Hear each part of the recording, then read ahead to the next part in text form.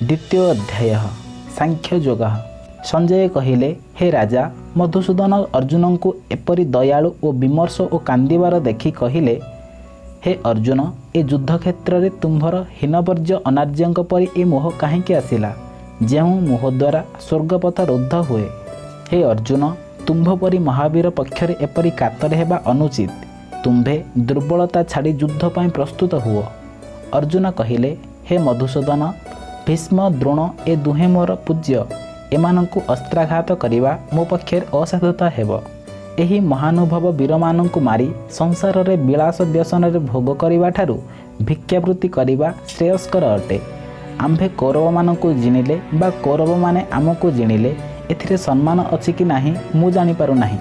कारण जेउ मानंकु मारी बंचिबाकु मु इच्छा करू नाही। आत्मीयंग बद्ध कुलक्षय हेतु मोर जेउ धर्म प्रति संदेह उपजुछि, मु तो आपणक शिष्य, पुणी आपणक शरणापन्न। मते ताहा उपदेश देई बुझाई दियंतु। एही पृथ्वी शत्रुहीन संततिपूर्ण राज्य पाई पुणी देवंक परि क्षमता लाभ करी सुद्धा एही दुख जीवार बाट मु देखि पारु नाही। संजय कहिले, हे राजा। दुखितरे अर्जुन कहिले, हे गोविंद, मु युद्ध करिबि नाही। एकथा शुणी हृषिकेश उभय सैन्य मध्यरे स्नेहरे विषादग्रस्त अर्जुन को कहिले, जो विषय दुखर कारण नुहे सेथिपाई दुख करिबा अनुचित। पंडित माने जीवित किंबा मृत सकाशे शोक करती नाही। तुम्भे किंबा मु ए राजा माने केही नथिले, एमानंक अंते जे केही नथिबे, एहा तोर मोहर कारण। ए शरीर विनाश हेले सुद्धा आत्मार विनाश घटे नाही। शरीरधारीर जेपरि बाल्य, यौवन, जरा, एहीपरि आत्मार मध्य गति। जो माने ज्ञानी से माने एथिरे मोहित हुअन्ति नाही। इंद्रियर वशवर्ती होई मनुष्य सुख दुख भोग करे। एही जहाँ सबु अनित्य, एसबुरे तुम्हे विचलित हुओ नाही। जो लोक सुख दुख को समान ज्ञान करे से केबे विचलित हुए नहीं, तेणु से मुक्ति पाए। ए शरीर अनित्य, असत्य, केवल जीवात्मा सत्य और नित्य। एही विषय तत्वदर्शी माने जानती। जो आत्मा सर्वव्यापक, तार विनाश नहीं। ताकू विनाश करने संसार रे कहार शक्ति नहीं। ए देहर विनाश अछि, तेणु देहर विनाश रे दुख न करी युद्ध को प्रस्तुत हुओ। कारण जानुच आत्मा अमर। जेपरि समुद्रर क्षय नहीं कि वृद्धि नहीं, सेहीपरि आत्मार मध्य क्षय नहीं कि वृद्धि नहीं। आत्मार क्षय वृद्धि आदि अंत न थाई जेपरि सूर्य भ्रमु थाए, आत्मा सेहीपरि ज्योति रूपरे भ्रमु थाए। एही आत्मा नित्य, निरंजन, अजर, अमर। आत्मा काहाकू मारे नहीं कि मरे नहीं। जगत आत्मामय। ए ज्ञान जହାର जात हुए ताकू पाप पुण्य स्पर्श करे नहीं। जेपरि लुगा पुराणा हेले ताकू छाड़ी मनुष्य नुआ लुगा पिंधे, सेहीपरि आत्मा गोटे घटरू जाई अन्य घटरे रहे।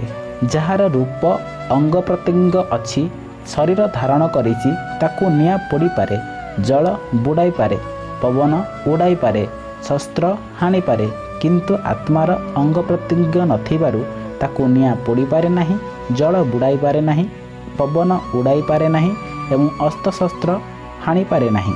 आत्मा को हानि हुए नहीं, पोड़ी हुए नहीं। आत्मा सुखिला कि ओदा नुहे, सर्वव्यापी, अचल और अटल। पृथ्वी रे कौनसी वस्तुरे विनाश हेब नहीं। आत्मा अव्यक्त, अचिंत्य, चिरदिन ए रहिछि, रहिब। षड विकार शून्य चिंतार अगम्य, तेणु ज्ञानी आत्मा पाई शोक करे नहीं। आत्मा नित्य जात हेउछि और मृत हेउछि, तेणु एकथा जानी शोक त्याग कर। ए भव संसार रे प्राणी जात हुए और मृत हुए, पुणी जन्म हुए, तेणु तू शोक त्याग कर। ए देह पंचभूतरु जात होइछि। भूत सबु केउठारु आसे, मला परे केउठाकु जाए, किपरि जाए और किपरि आसे ताहा केही जानि पारे नाही। तेणु एथि सकाशे शोक करिबा उचित नुहे। केही केही आत्मा को आश्चर्य मने करंती, किए किए आश्चर्य भावे कहंती। एही आत्मा विषय रे किए केते प्रकारर शुणंती, मात्र किछि बुझी पारंती नाही। एही आत्मा समस्तंक देहरे थाए, मात्र अबद्ध। तेणु युद्धरे तो आत्मा को केही मारी पारिबो नाही। दुख करिवार कारण कौन? संसार रे रही निज निज कुलधर्म अनुसारे चलिबार विधान अछि। तू क्षत्रिय, तोर युद्धरु विरत हेबा उचित नुहे। क्षत्रिय व्यक्ति सम्मुख युद्धरे मले स्वर्ग को जाए। भाग्यवान ए सुजोग छाड़े नहीं, ତେଣୁ ତୁ ଯୁଦ୍ଧ କର। ତୁ ଏହି ଧର୍ମଯୁଦ୍ଧକୁ ଯେବେ ଛାଡ଼ିଦେବୁ ତୋର ଧର୍ମ କୀର୍ତ୍ତି ଯଶ ନାଶ ହୋଇଯିବ। ଧର୍ମ କୀର୍ତ୍ତି ନାଶ ହେଲେ ତୁ ନର୍କଗାମୀ ହେବୁ। ଯେଉଁ ଲୋକର ସମ୍ମାନ ହାନି ହୁଏ ତାର ମରଣ ଠାରୁ ମାନହାନି ଆହୁରି କଷ୍ଟକର ଅଟେ। ଯେଉଁମାନଙ୍କ ଠାରୁ ତୁ ସମ୍ମାନ ପାଉଥିବୁ ସେମାନେ ତୋର ନିନ୍ଦା କରିବେ। ତୋର ଶତ୍ରୁମାନେ ତୋର ସମର୍ଥପଣକୁ ନିନ୍ଦା କରି ତୋତେ ନାନାଦି ଅପମାନଜନକ କଟୁକଥା କହିବେ। ମଲେ ସ୍ୱର୍ଗ ଭୋଗ କରିବୁ, ଜୟ କଲେ ରାଜ୍ୟ ଭୋଗ କରିବୁ। ତେଣୁ ତୁ ଏବେ ଯୁଦ୍ଧ କରିବାକୁ ଉଠି ଆସ। ସୁଖ ଦୁଃଖ ଜୟ ଅଜୟ ଲାଭ କ୍ଷତି ଏହାକୁ ସମାନ ମନେକରି ଯୁଦ୍ଧ କର। ଏଥିରେ ତୋର ପାପ ହେବ ନାହିଁ, ବରଂ ନିର୍ମଳ ମୁକ୍ତି ହେବ। ତୋ ଆଗରେ ଏହି ଆତ୍ମତତ୍ତ୍ୱ ଜ୍ଞାନକୁ କହିଲି। ଏବେ କର୍ମଯୋଗ କହୁଛି ଶୁଣ। ତୋର ମୋହ ଦୂର ହୋଇଯିବ। ଯେଉଁମାନେ ନିଷ୍କାମ ଭାବରେ କର୍ମ କରନ୍ତି ସଫଳ ହେଉ ବା ବିଫଳ ହେଉ କୌଣସିରେ ଆଶା ରଖନ୍ତି ନାହିଁ ସେମାନେ ନିର୍ମଳ ମୁକ୍ତି ପାଆନ୍ତି। ନିଷ୍କାମ କର୍ମରେ ବ୍ୟବସାୟ ବୁଦ୍ଧି ତ ନଥାଏ, ସକାମ କର୍ମରେ ବ୍ୟବସାୟ ବୁଦ୍ଧି ଥିବାରୁ ତାହା ଅନେକ ପ୍ରକାରର। ଯେଉଁ ଜ୍ଞାନହୀନ ଲୋକମାନେ ବେଦ ଆଦି କର୍ମକାଣ୍ଡକୁ ବିଶ୍ୱାସ କରନ୍ତି ସେମାନଙ୍କର କାମନା କେବଳ ସୁଖ ଭୋଗ। ଯେଉଁମାନେ ଯଜ୍ଞ ଆଦି କର୍ମକାଣ୍ଡ କରି ସ୍ୱର୍ଗ ସୁଖ ଇଚ୍ଛା କରନ୍ତି ସେମାନେ ଶେଷରେ ସ୍ୱର୍ଗ ଭୋଗକୁ ହରାନ୍ତି। ସେ ଫଳ ସ୍ଥିର ନୁହେଁ। ସମ୍ପତ୍ତି ଭୋଗରେ ଆସକ୍ତ ହୋଇ ସମତା ଜ୍ଞାନକୁ ଯେ ହରାଇ ଦିଏ ସେ ମୋକ୍ଷ ପାଇପାରେ ନାହିଁ। ବେଦାଦି କର୍ମକାଣ୍ଡ ସତ୍ତ୍ୱ ରଜ ଓ ତମ ଏ ତ୍ରିଗୁଣରେ ଅଧୀନ। ମନୁଷ୍ୟ ଏଥିରେ ମନ ଦେଲେ ସଂସାର ବନ୍ଧନରେ ପଡ଼େ। ସଂସାର ବନ୍ଧନରେ ପଡ଼ି ସତ୍ୱଗୁଣ ଧରି ସମସ୍ତ ସମାନ ମନେ କରେ। ଏଣୁ ତ୍ରିଗୁଣକୁ ଛାଡ଼ି ଆତ୍ମାକୁ ଧ୍ୟାନ କରି ଆସକ୍ତି ଶୂନ୍ୟ ହୁଅ। ନଦୀ ପୁଷ୍କରିଣୀ ହ୍ରଦ ଓ କୂପ ଆଦି ଜଳରେ ଯେଉଁ କାମନା ସିଦ୍ଧ ହୁଏ ଏକା ସମୁଦ୍ରରେ ତାହା ସିଦ୍ଧ ହୋଇଥାଏ। ଅର୍ଥାତ୍ ବେଦ ମାର୍ଗାଦିରେ ଯେଉଁ ଫଳ ମିଳେ ଏକା ବ୍ରହ୍ମଦର୍ଶୀ ସେ ଫଳ ପାଏ। ତେଣୁ କର୍ମରେ ଅଧିକାରୀ ହୁଅ, ମାତ୍ର ଫଳ ଆଶା ରଖ ନାହିଁ। ଅକର୍ମରେ ମଧ୍ୟ ଆସକ୍ତ ହୁଏ ନାହିଁ। ତୁମ୍ଭେ ଫଳ କାମନା ଛାଡ଼ି ନିଷ୍କାମ ଅର୍ଥାତ୍ ଫଳ ଆଶା ଛାଡ଼ି ଦେଇ କର୍ମ କର। ଆହୁରି ମଧ୍ୟ ସିଦ୍ଧି ହେଉ ବା ସିଦ୍ଧି ନ ହେଉ ଏହାକୁ ସମାନ ଜ୍ଞାନ କର। ଏହା ସମଜ୍ଞାନ, ଏହା ହିଁ ଯୋଗ ଅଟେ। କର୍ମଯୋଗ ନିକୃଷ୍ଟ, ଜ୍ଞାନଯୋଗ ଶ୍ରେଷ୍ଠ ଅଟେ। ଯେଉଁମାନେ ସକାମୀ ସେମାନେ କୃପଣ। ତେଣୁ ଈଶ୍ୱରଙ୍କଠାରେ ଶରଣ ପଶ। ସମତା ଜ୍ଞାନ ବୁଦ୍ଧିରେ ସୁକୃତ ବା ଦୁଷ୍କୃତର ଆସ୍ଥା ନାହିଁ। ତେଣୁ ନିଷ୍କାମ ପଥରେ ଯାଅ। ସାଧନ ବନ୍ଧନ ଏସବୁ ଭ୍ରମ। ଏ ମାୟା ଛାଡ଼ିବାକୁ ଏକମାତ୍ର ବଳ ଯୋଗର। ଯେ ଲୋକର ସମତା ବୁଦ୍ଧି ସେ କର୍ମଫଳକୁ ଛାଡ଼ି ଦେବାରୁ ଜନ୍ମ ବନ୍ଧନରୁ ମୁକ୍ତ ହୁଏ। ଦେହାଭିମାନ ମୋହ ଗର୍ବ ଦମ୍ଭ ବୈଦିକ କର୍ମକାଣ୍ଡ ବିଧି ନ ଛାଡ଼ିଲେ ବୈରାଗ୍ୟ ଆସେ ନାହିଁ। ବେଦୋକ୍ତ ମୋହ ବିଷୟକ କର୍ମେଚ୍ଛାକୁ ଛାଡ଼ିଲେ ନିଷ୍କାମ ବିଶୁଦ୍ଧ ଭକ୍ତିଜାତ ହୁଏ। ଅଜ୍ଞମାନେ ଏହା ଜାଣନ୍ତି ନାହିଁ, ସ୍ଥିତପ୍ରଜ୍ଞ ଏହା ଜାଣେ। ଅର୍ଜୁନ କହିଲେ, ହେ କେଶବ, ସ୍ଥିତପ୍ରଜ୍ଞ କାହାକୁ କହନ୍ତି? ସ୍ଥିତପ୍ରଜ୍ଞର ଲକ୍ଷଣ କିପରି? ସମାଧି ଭଗ୍ନ ହେଲେ କିପରି ରହେ?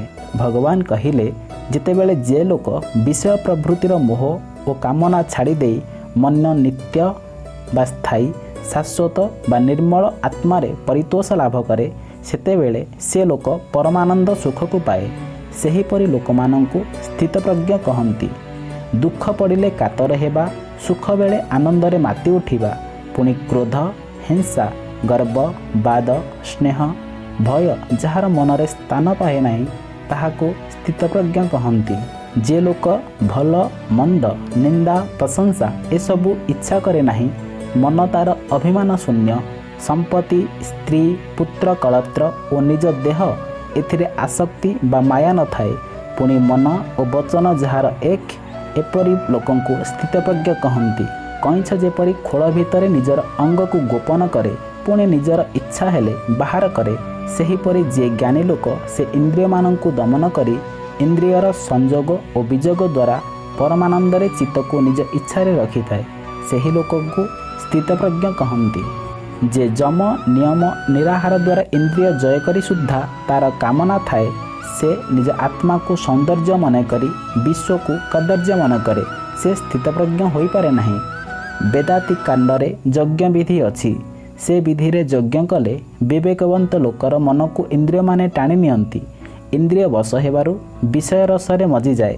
ଏହା ହେଉଛି ମନ ଇନ୍ଦ୍ରିୟର ଗୁଣ। ମୋର ଯେଉଁମାନେ ଭକ୍ତ ସେମାନେ ଇନ୍ଦ୍ରିୟମାନଙ୍କୁ ଦମନ କରିଥିବାରୁ विषय भोग तांको स्पर्श करे नाही। सेमाने विषय भोग को विष परि मन करती, तेणु सेमाने मोहमायारू उद्धार पाती। विषय रे ध्यान देले आसक्ति आसे, आसक्ति कामना, कामनारू क्रोध, क्रोधरू मोह, मोहरु गर्वजात होई ज्ञान को नाश करे। तहु से हीन बुद्धि धरी शेष अधम अवस्था को प्राप्त हुए। जो माने राग हिंसा मोहशून्य होई विषय भोग करती से माने शांति प्रसन्नता लाभ करती। चित्तर प्रसन्न हेतु तार समस्त दुख विनाश हुए, तेणु से प्रशांत और निश्चल बुद्धि हुए। जो माने सत्कर्म करती से माने सर्वदा निश्चिंत और निर्मल रहती। विशुद्ध बुद्धि रे कर्म कले से ही कर्मफल द्वारा मुक्ति लाभ हुए। इंद्रिय जहार वश जे विषय सुखर निवृत्त से स्थित प्रज्ञ। समस्त अज्ञानी पक्षे जे राति, संयमी पक्षे से दिन। अज्ञानी विषय रसरे माति अंधकार रे भ्रमे, ज्ञानी विषय वासना छाड़ी ज्ञानालोक रे विचरण करे। नद और नदी जल समुद्र रे पड़िले मध्य समुद्र बढ़े नहीं। ज्ञानीर धन हेले मध्य सेथिरे से इच्छा न करी शांति रे थाए। काम भोग रे केतेबेले शांति नाही। जहार कामना नाही तार विषय थिले मध्य सेथिरे से मोहन होई शांति भोगे। जे ज्ञान पाए से शेषरे परम ब्रह्म रे लीन हुए। इति श्री महाभारते श्रीमद्भगवद् गीतासुपनिषत्सु ब्रह्म विद्याया योगशास्त्रे श्रीकृष्णार्जुन संवादे सांख्ययोग वर्णने नाम 2 अध्यायः।